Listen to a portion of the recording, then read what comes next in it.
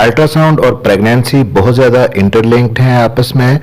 Ultrasound बहुत ही important है pregnancy के लिए, थ्रू आउट आपके बच्चे की ग्रोथ को देखने के लिए और एबनॉर्मलिटीज़ को चेक करने के लिए, और आपकी प्रेगनेंसी का पूरा ड्यूरेशन सेफली आप गुजार सकें। अल्ट्रासाउंड बहुत ज़्यादा हेल्पफुल मोडालिटी है।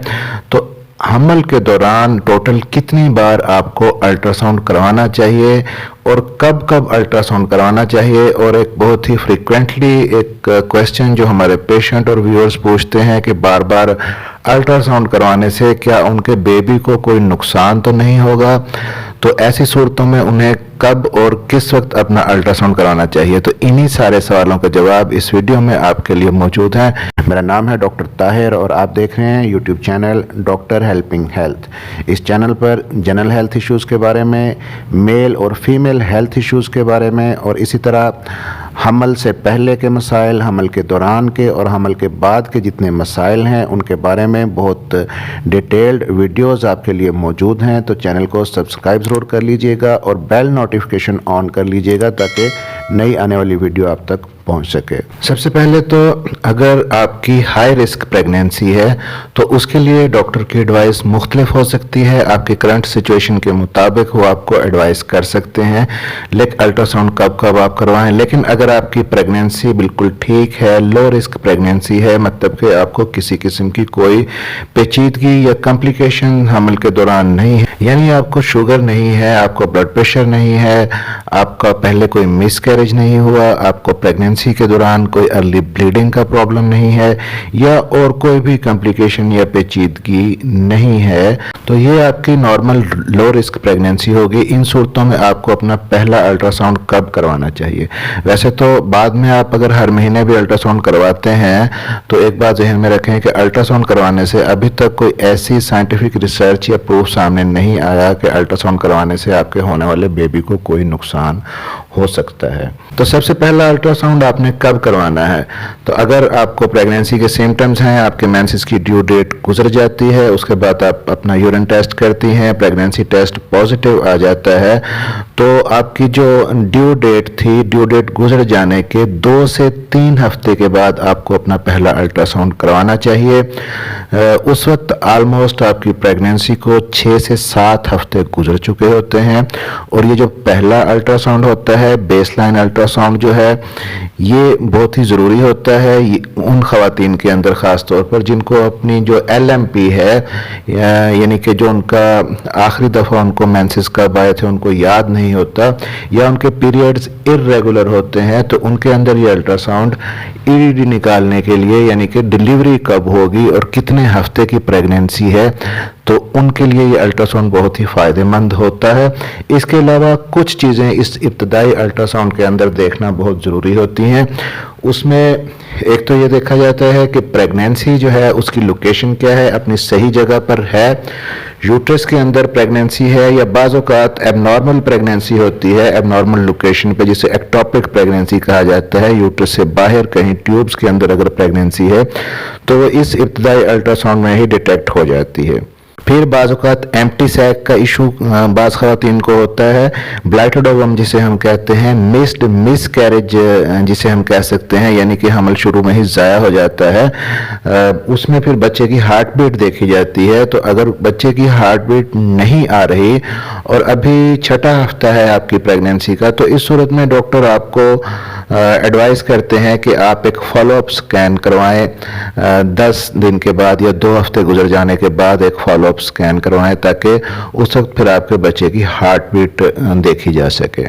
तो अगर आपका पहला अल्ट्रासाउंड जो आपने अपनी ड्यू डेट गुजरने के 3 हफ्ते के बाद करवाया है बिल्कुल ठीक है, तो आप बिल्कुल रिलैक्स हो जाएं, आपको किसी किस्म की परेशानी की ज़रूरत नहीं है। अगर आपकी प्रेगनेंसी भी लो रिस्क प्रेगनेंसी है, कोई कॉम्प्लिकेशन या पेचीदगी नहीं है, हार्ट बीट भी बच्चे की कंफर्म हो गई है, तो आपको अब अगला अल्ट्रासाउंड कब करवाना चाहिए? सेकंड अल्ट्रासाउंड आपको प्लान करना चाहिए जब आपकी प्रेगनेंसी लगभग 2.5 से 3 माह की प्रेगनेंसी हो जाती है, या यूँ समझ लें कि 11 हफ्ते से लेकर 14 हफ्ते की जब प्रेगनेंसी हो, उस वक्त आपको अपना एक अल्ट्रासाउंड करवाना चाहिए जिसको NT-NB स्कैन भी हम कहते हैं, और इस अल्ट्रासाउंड के अंदर कुछ क्रोमोसोमल एबनॉर्मलिटीज़ को जज किया जाता है। बच्चे के अंदर कुछ सिंड्रोम्स जो पैदाइशी होती हैं उनको देखा जाता है। NT-MB स्कैन के साथ साथ एक ब्लड का टेस्ट भी साथ करवाया जाता है जिसे डुअल मार्कर कहते हैं।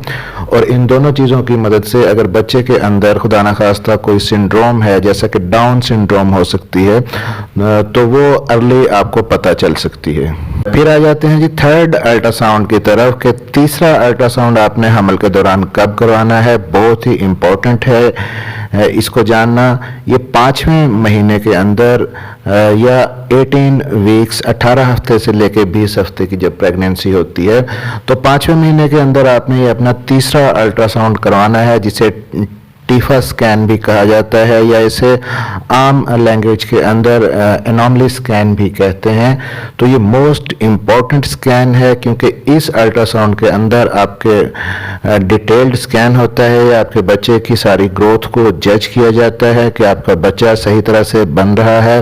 ख़ासतौर पर उसकी लॉन्ग बोन्स वगैरह, जो टांगों की हड्डियाँ, बाजुओं की हड्डियाँ, उनकी प्रॉपर फॉर्मेशन हो रही है नहीं। इसके अलावा बेबी के जो वाइटल ऑर्गन्स हैं, गुर्दे और दिल वगैरह, उनको देखा जाता है। फिर कमर की हड्डी या प्लेसेंटा के अंदर कोई प्रॉब्लम तो नहीं है।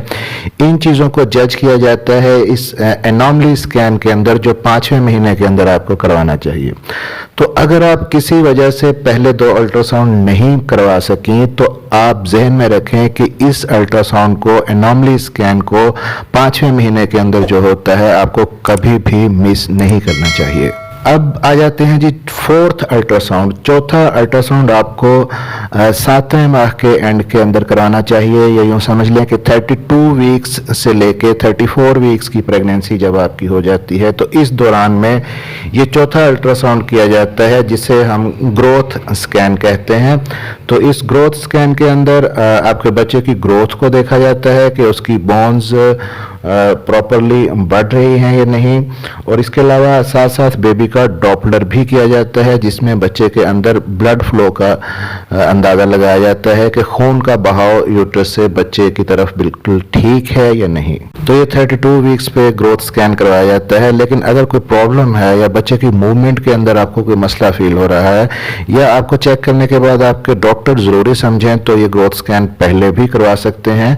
आपका जो बायोफिजिकल प्रोफाइल है वो पहले करवाया जा सकता है। बायोफिजिकल प्रोफाइल के अंदर, इस स्कैन के अंदर बच्चे में कुछ चीज़ें, 5-6 चीज़ें देखी जाती हैं, जिसमें एक तो उसकी जो रेस्पिरेशन है बच्चे की, के लंग्स की, फेफड़ों की मूवमेंट चेक की जाती है। फिर ओवरऑल मूवमेंट बच्चे के हाथ, पाँव, टांगें, बाजू वगैरह, वो उनकी मूवमेंट कैसी है। इसके अलावा हार्ट रेट बच्चे का देखा जाता है कि वो रेगुलर है कि नहीं, पानी की मिकदार उसके इर्द गिर्द कितनी है और ब्लड का फ्लो बच्चे की तरफ कैसा है। ये सारी चीज़ें मिलके बच्चे का बायोफिजिकल प्रोफाइल बनाती हैं, जिससे पता चलता है कि आपका बेबी ओके है।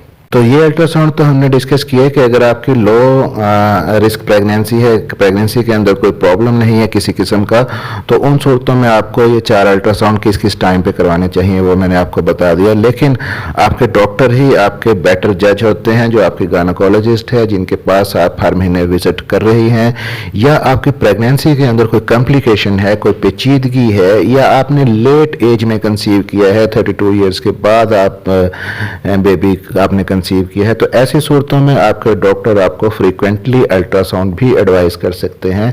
हर महीने भी वो आपका स्कैन करवा सकते हैं। तो आपको अपने डॉक्टर की इंस्ट्रक्शंस के मुताबिक चलना चाहिए।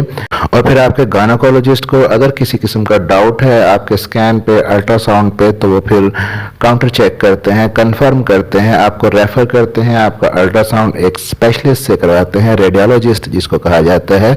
तो एक्चुअली अल्ट्रासाउंड के स्पेशलिस्ट रेडियोलॉजिस्ट ही होते हैं। और बाज़ गायनेकोलॉजिस्ट अपनी प्रैक्टिस के अंदर एक 5वां अल्ट्रासाउंड भी करवाते हैं 36 वीक्स पे, जब आपकी प्रेगनेंसी होती है, यानी जब आपकी डिलीवरी को 1 से 2 हफ्ते रह जाते हैं, किसी भी वक्त आपको लेबर पेन शुरू हो सकते हैं, तो उस वक्त आपका एक स्कैन बाज़ डॉक्टर करवाते हैं, ये देखने के लिए कि कहीं बच्चे की गर्दन के इर्द गिर्द कार्ड तो नहीं है, अम्बिलिकल कार्ड जिसको हम कहते हैं, वो अगर बच्चे की गर्दन के इर्द गिर्द लिपटी हुई हो तो उस सूरत में फिर अकॉर्डिंगली आपकी डिलीवरी को प्लान किया जाता है।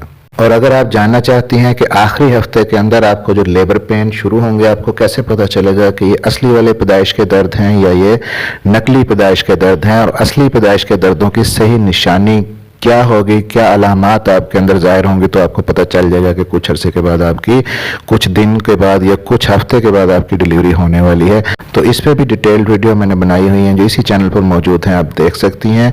तो चैनल को सब्सक्राइब जरूर कर लीजिएगा और बेल नोटिफिकेशन ऑन करके ऑल पर प्रेस कर दीजिए ताकि डॉक्टर हेल्पिंग हेल्थ की नई आने वाली वीडियो आप तक बआसानी पहुँच सके।